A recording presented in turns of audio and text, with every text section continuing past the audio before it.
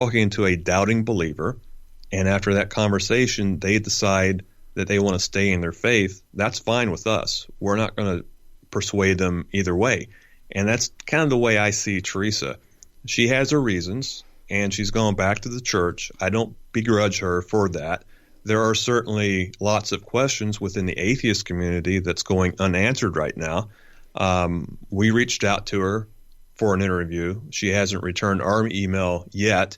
Apparently, there's been a couple other people that's reached out for an interview with her, and I hear that she just flat out declined that for whatever reason. That's fine. She doesn't have to talk to anybody. But I don't begrudge her for doing that. I've met her a couple of times. I think she's a good person. She did a great job with the Hotline Project and everything.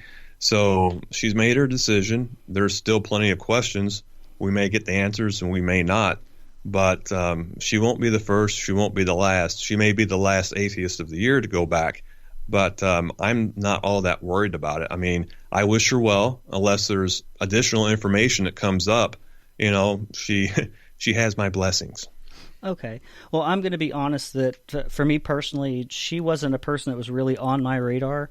I could remember when I listened to Seth Andrews' Deconverted, she did the foreword for that book.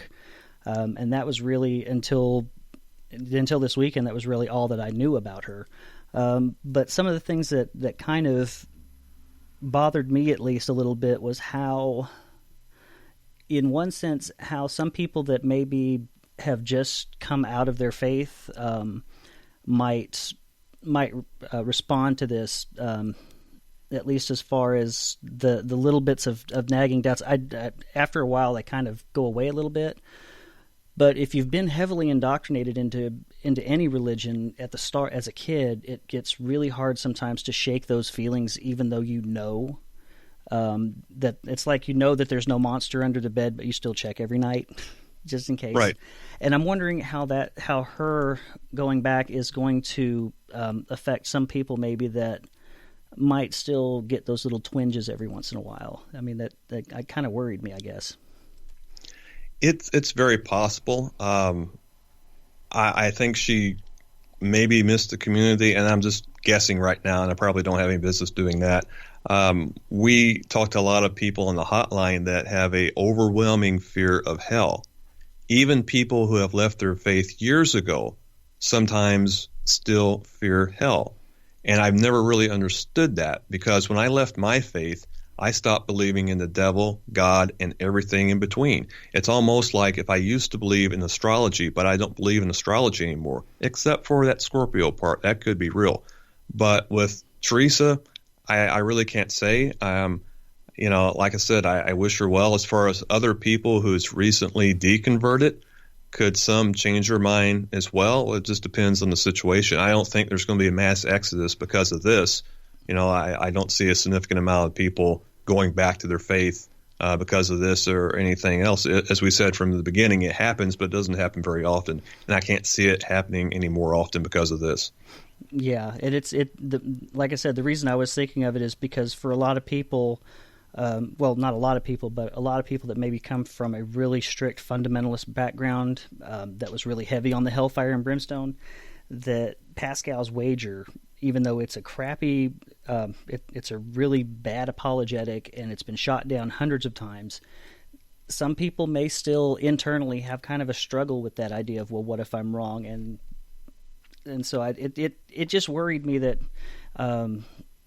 it may have given some people a little bit more, I guess, more pressure, because some people may be under that pressure to start with family saying, you know, that they should turn to God, that they've all, you know, that they know that God exists, they should just accept it and stop being so stubborn or whatever. And this is just kind of one more weight on them. So, right, and usually going back to your belief or never leaving your belief to begin with is usually the easiest way out, or so it seems. You don't have to worry about getting disowned or fired or anything like that. So on the surface, it may appear to be the easiest way to do it, but still, if you're keeping it bottled up year after year, I kind of wonder how that affects people psychologically and even physically. So, it may seem the easiest way to go if you actually don't believe, not to come out, not to just go through the motions. But after a while, it can, definitely affect you. Right. Now, another thing that I was wondering about is because there may be some people whose parents or friends will see this story and throw it in their faces. Well, this person was like this real bigwig in the atheist community, and she saw the light, so why can't you? Or what, kind of trying to throw it as a little extra leverage to try to pressure somebody to come back to the fold, because as much as we hate to admit it, that does happen with people. Oh, sure. I'm sure those conversations are forthcoming without doubt. But again, I don't think it's going to make a significant difference because everyone leaves their faith for a variety of different reasons. So, there could be the onesies and twosies, but I don't see it being a mass exodus. But yeah, you're right. There will be parents out there that'll bring that up to their kids. See, she saw the light. She changed her mind. It was just a phase. And we hear that a whole lot from people that's come out. The first thing their parents say or loved ones, oh, you're just going through a phase. Don't worry about it.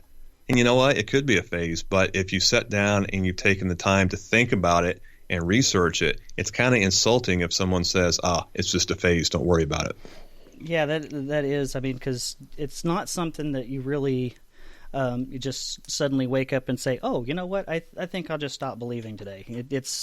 And I don't think a lot of people understand that it really is a process, and sometimes it's a grieving process as well, because when you lose that, I mean, even if you didn't have the personal fundamentalist kind of God, it's still almost like you've lost a family member or a friend, and so you do go through that mourning process. Sure, and oftentimes the person will lose community. A lot of churches are really good at offering community, and to some people, their entire social platform is built around the church. And if you leave the church, then you're kind of out in the cold. And that's a huge reason why people stay with the faith. And, it's probably not the right reason, but if there's nothing else in town for you but that church community, it's very difficult to leave it.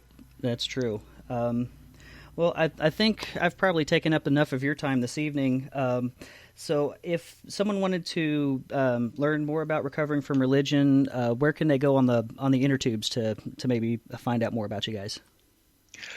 All you have to do is go to recoveringfromreligion.org, and you'll see the Secular Therapist Project there. You'll see the Hotline Project in the chat line. You'll also see a link for local support groups, which we have about 25 around the world, ranging from just a few people to a few dozen people. And if you're looking for a local support group, click on that.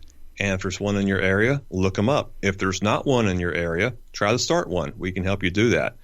And let's see, if you are a IT person that wants to volunteer, we need IT people for our software. If you're a trainer, we could use you for that. And we would definitely love to have you as a hotline agent. It's very rewarding. You get to help a lot of great people.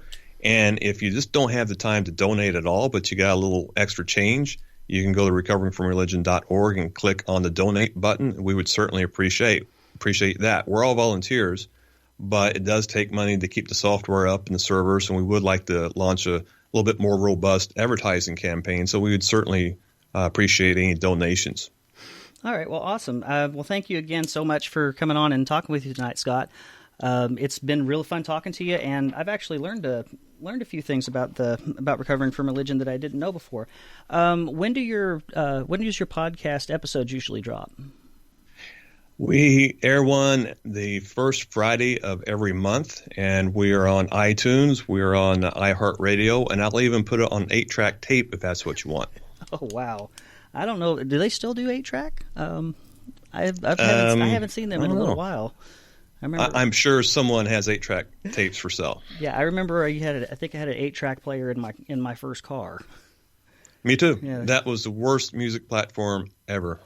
I don't know. Reel to reel wasn't really very, very good either. It's kind of wasn't compact. Yeah, it wasn't quite as easy to carry around to the dances or whatever. But yeah. I just realized there's a lot of your listeners out there that don't know what the hell an 8-track tape is. Oh yeah, because those were the days. I'm known as the old guy that makes people Google stuff. Well, let's see, 8 tracks. What other technology from back in the Stone Age can we remember? There's probably been quite a few. Well, I told my kids that they sound like a broken record, and I had to explain what a broken record was. Oh, well, that's okay. I had to explain to my son who Michael Jackson was. Oh, really? He had no idea who Michael Jackson was. That's funny. Well, he's 9, so it's... Gotcha. Well, let me go ahead and let you go tonight. I want to let the listeners know, of course, that you can find me here every Monday night at 8:30 p.m. Central Time on Spreaker. If you miss us here, you can also download us on iTunes and Google Play. You can contact me for any kind of hate mail or requests at skepticsbrewpub@gmail.com, and also at facebook.com/beer and blasphemy. So thank you again for coming on, and we'll go ahead and close up tonight, and see y'all on the flip side. Thanks for having me on. It was fun. It was my pleasure. Thank you.